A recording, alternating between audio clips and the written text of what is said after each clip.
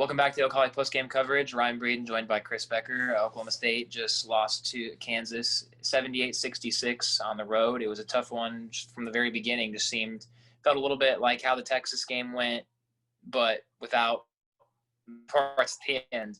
Wouldn't you say, Chris? Yeah, from a gameplay standpoint, definitely the way the Texas game went. From an execution standpoint, far from it. Oklahoma State was able to stay with Texas offensively, uh, and kind of and more so take advantage of Texas's mistakes, or Texas would take care of OSU's mistakes. OSU would take advantage of Texas's mistakes. But this game, OSU just didn't take advantage of Kansas' mistakes. Kansas gave Oklahoma State many opportunities to stay in this game, take the lead, or even run ahead with it and get the win. But it never really came to fruition. The Cowboys couldn't buy a basket at for most of the game, and a lot of fouls, lots of turnovers. 24 personal fouls for Oklahoma State. It's not going to get it done. It was a sloppy game, and they got to move on. They move on to K-State, and just got to put this game behind them and keep moving forward. Yeah, I feel like the big talking points for Coach Boynton, Cade, and Ice in their post game, the big three things that they talked about were turnovers, offensive rebounding, just kind of rebounding in general, and fouls. Yeah. Like those pretty much what happened. Yeah, it was pretty bad. It was a sloppy game from this perspective of turnovers, fouls, and offensive rebounds. But yeah, Oklahoma State got out rebounded 45-32 overall. Had no answer for David McCormick. He scored 23 points on 7 of 16 shooting after only scoring 2 points in the first half. He had 10 rebounds, and Oklahoma State had people in foul trouble on Kansas. They just didn't take advantage of it. Christian Brown had 3 fouls in the first half and stayed in the game, and Oklahoma State didn't attack him. All they had to do was attack him, and then if you attack him, he draws his 4th foul, or keep attacking him, he draws his 5th foul. That's one of Kansas' best shooters out of the game. And in a game where points were at a premium, that could have been pretty important. It just didn't seem like, but again, OSU offensively couldn't quite get it in a groove. And yeah, 34% shooting from the field, 26 from the 3-point line. That's not going to win a game most of the time especially in the Big 12. So, a lot of small ball too, Ryan. Lots of small ball. Yeah, Caleb Boone played 4 minutes in the second half. Yeah, and I was just about to hit on that. You mentioned David McCormick with his monster game. I mean, Caleb Boone, Coach Boynton just came right out and said it. He benched Caleb Boone because of his poor defense. He felt like he was not showing the effort on the defensive end, not putting up a fight, and so he took him out of the game. It's like plain and simple, I guess. After what was a career game for Caleb Boone against Texas, he gets benched in the second half against Kansas. Yeah, Caleb Boone came out of the gate hot. 8 points, 4 rebounds, and 4 blocks. But then, all of a sudden, he held Daniel McCormick in check the first half, and then no one could stop him. He only played 4 minutes in the second half, 18 minutes overall. Then Bernard Kuma played 9 minutes. M.A. only played 9 minutes. I mean, he kind of went away from the centers just because they weren't getting the job done. So it's almost like, he'd almost rather have a trust his guards guarding McCormick and hoping to run out in transition and hoping Kansas has to take him out because he can't keep up with the 5-guard play. And it worked for a little bit, and then McCormick just kind of took advantage of it. And, like I said, his stat line speaks for itself, 23 points, 10 boards. Then, you can't hold him in check forever. They tried. It was the same thing with what happened against Baylor with Jared Butler. They held him in check for about a half, and then they adjusted, and Oklahoma State didn't adjust back. So, I think it keeps going. I keep reiterating this. It's just this game was sloppy. You got to put it behind us, put it behind them, and move on and get ready for K-State Saturday.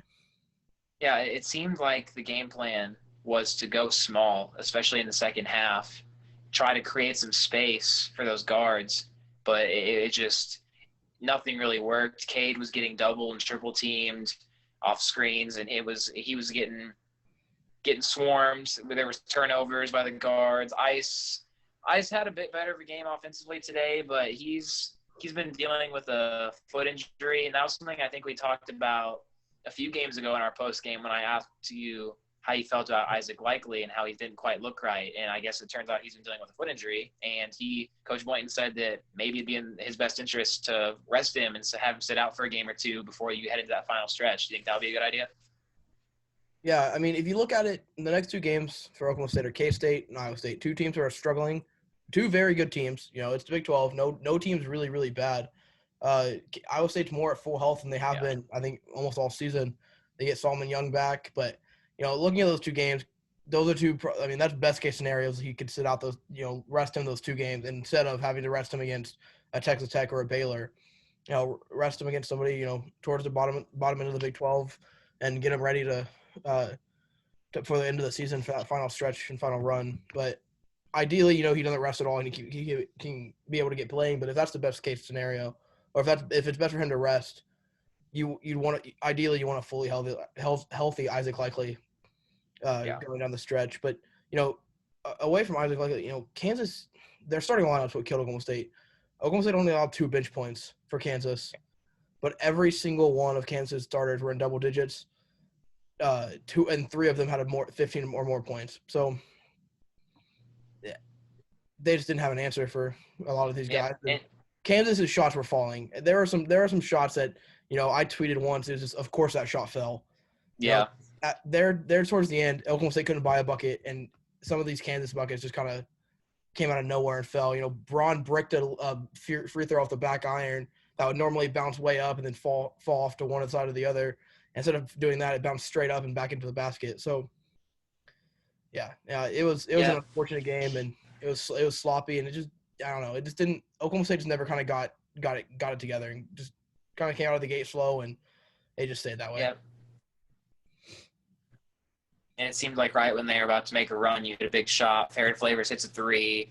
Avery Anderson hits a layup. Right as things look like they're about to sway, Kansas goes back on the other end and hits a big shot to completely kill whatever momentum they had. But Cade Cunningham, I mean, he had 7 turnovers, which is the big stat people are going to look at. But offensively, very good, efficient bounce-back game for Cade Cunningham after shooting. I think he was, 3 for 14 from the field against Texas. So around those lines. He was 7 for 18 today, 26 points. 4 for 8 from deep. I mean, very efficient shooting day for Cade Cunningham. Yeah, 3 for 15 against Texas. It's not something he wants ever. He talked about that, how he wasn't efficient, wasn't consistently good, and but they came away with the win there. But this game, he almost had a double. He was a rebound shy of a double-double, 26 points, 9 boards, and like you said, 7 of 18 shooting. But Bill, these last 2 games, or I guess 2 of the last 3 games, the 2 away games, TCU and this one, the opposing student sections have, started chanting some overrated chants in his direction. And Bill Self actually had a comment on that in his post-game conference I just saw. He said, quote, "Do our students watch ball? I mean, because that dude is pretty good."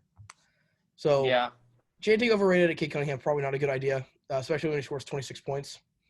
Chanting overrated somebody else on the team. There's no point to change it. Yeah. Change it at the team as a whole, I guess, but definitely don't direct it as, if you want. It's not true, but if you want, definitely not Cade Cunningham. He scored 26 points on you. That's not overrated. No, and here's the thing. Yeah. Here's the thing. I mean, Cade, he doesn't have. I think we all know this now. Cade is not the flashy star. He's not that guy who's going to come out. He's not like how Trae Young was in 2017-18. He's not going to come out here, put up 30 points a game, hit step-back threes, dribble moves, stuff like that. That's not Cade's game. What Cade does, he plays a very smooth game, and it's just all around he is really good. There's nothing that he is bad at, and he just makes everyone around him better, and that's why he's so good. So he's not the flashy player, but he obviously – is extremely, extremely good, Yeah, I mean, that exactly. He's not gonna, he's leading the Big 12 in scoring, which pretty big for him. He almost hung 30 today, but that's, like you said, he's gonna get his points, he's gonna get his. But at the end of the day, he's so much of a facilitator, and he loves to share the ball.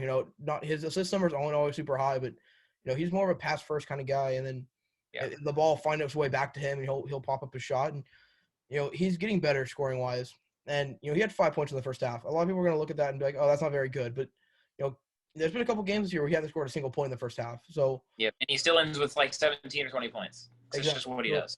Yeah, I mean, he doesn't have to score for this team to be successful. And, some of the most successful games the Cowboys have had, he's scored lower end points. So, yeah.